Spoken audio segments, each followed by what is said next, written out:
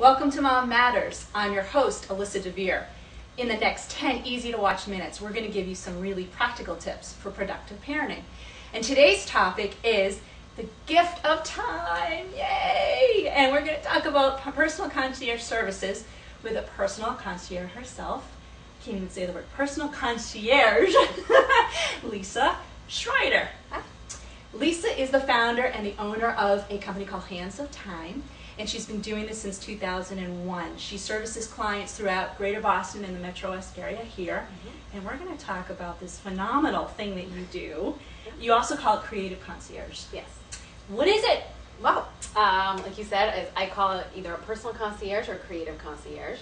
And you can think of it as a personal assistant, but for many different people. I help large families, I help single people, I help pregnant moms, I help elderly or people who can't leave their homes for one reason or another. So it really runs the gamut. But basically, I will do whatever will save people time and give them peace of mind. It usually does sort of center around time. It's people who just don't have the time in their day, whether they work or they can't leave their homes. So. And I'll do anything and everything, really. I always tell people it's mostly errands and shopping and research and organizing. So you're an angel. A little bit of everything. That's what you are. I like to think that, I give people a little bit of, they can breathe again. A lot of clients end up saying that. Well, ironically, you're not the first one that I have run into, so that's why we wanted to have this on the show, because it's actually more common than most people know. Yeah. What are the kind of typical tasks that you do more specifically when you're saying errands? Like what kind? Well, as I have a little shopping cart here, I actually do a lot of groceries for my clients. I will go to regular grocery stores like Whole Foods or Shaw's or whatnot, but also pharmacy-related, medical-related errands, as well as just sort of the daily typical, the banking, the post office, the shipping, the dry cleaning, the library, whatever it is, during the day that they don't have time to do. I mean, it just either they have a busy household, or just they work so much and they work late or they travel for business, so there's no time in the day, in the regular business day. You mentioned research. What kind of research, for example? Sure. Well, I help a lot of, it seems to be families a lot, but they will research either like day camps for their kids or certain activities or lessons like karate lessons or swimming lessons for their kids.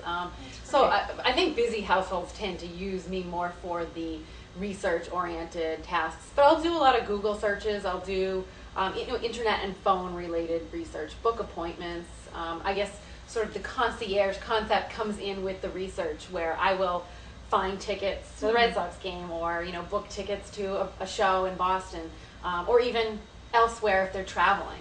I will do travel arrangements, hotel flights, whatever it is, make appointments for them. That sounds great. So yeah, no, that sounds great. And I know that you said before you've done it for families. So is there a profile, a typical kind of customer that you service? Well, it really does run the gamut. I mean, there's a whole array, but I guess sort of one spectrum would be just a busy household, a busy family, couple kids, usually younger kids, and sometimes where the parents might both work, and so that their time is really in demand. And some also single-parent families where a parent will work, but also they have kids and they're trying to run a business, and so that is very popular. Also,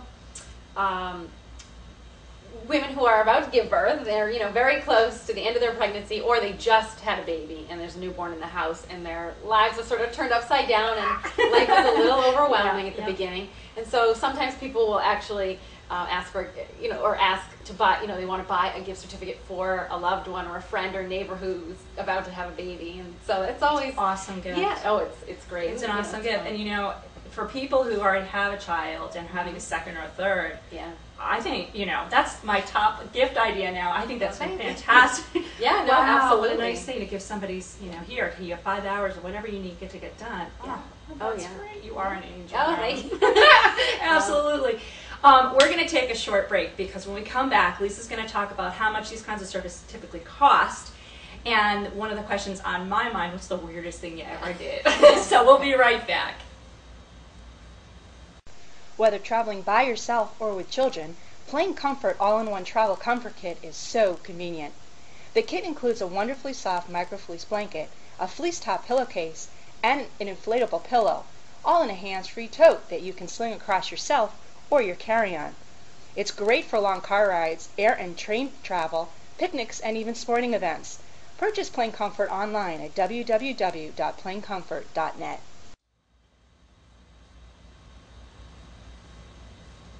We're back with Mom Matters. We're talking about personal concierge services, which I think are now my favorite thing in the whole world, even above ice cream. So needless to say, Lisa, how much does something like this cost? Can everyone afford something like this? Sure, I think, well, I think for a lot of people, time is sometimes more of a precious commodity than money, especially if you have a busy household or you're just not around. So my services range between $50 and $60 per hour. And that is typical for the greater Boston, Metro West areas. And it's a flat fee, and I charge per hour, no matter what the errand is. It's all. Do you see people who say, I need a project done, and do you do project fees as well? Is that? Sure. Well, if there's a bigger project, sometimes someone who's moving or preparing for a move, moving away, right. I might oversee all the details of that move, and so sometimes that's a bigger project, just because of packing and sure. Heavier objects and whatnot. So. Okay, good. Yeah. Okay, so what is the strangest thing you ever were asked to do? The strangest thing, well, that we can say on no, video. no. Actually, that's what makes my job so much fun and so interesting. Is that every day is different, every hour is different.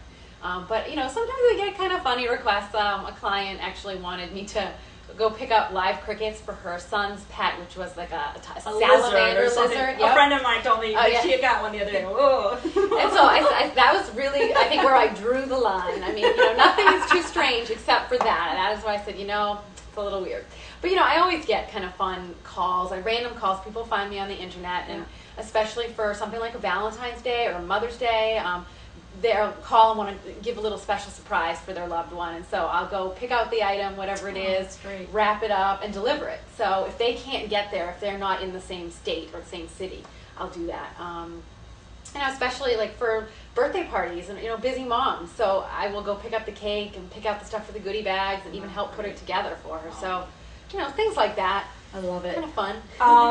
For people who don't live in this area and can't get an angel like you, what are the kinds of questions they should be asking the people that they find on the internet or their local Yellow Pages? Yeah, well, I would always, of course, the obvious, how much you charge. Is it hourly or is it by project? Is there a minimum or maximum? Sometimes people do have that. And I would always get references from that personal concierge. Just talk to their clients, ask them whatever's on your mind. Mm-hmm. Also, sometimes clients might want that personal concierge to sign a confidentiality agreement. If you're privy to personal financial information or anything else and you just want to feel more secure, I don't think there's anything wrong in asking that person to sign. And then I always offer a meet and greet so that they can get to know me in person. They can ask me anything they want, feel comfortable, and make sure that's what I want them is to be able to trust me. So. Absolutely, and that's really hard to do over the phone or through email, whatever. Sure. So that's great. Yeah. We're going to post links to your website and how to reach you and all that right on our blog. Okay. So I want to thank you for joining us today. Thank you so much it for was having me. fascinating, so much so that I think now I know how to complete my next birthday request and everything else. Make it easy on everyone. Sure. I want to thank our audience for joining us today. This is Alyssa Dver from Mom Matters. Please be sure to visit our blog, which the URL should be running across the bottom of the screen here, because not only do we have information about our previous shows, but we have information about the ones that are coming up. So, once again, it's Alyssa Dver from Mom Matters giving you practical tips for more productive parenting.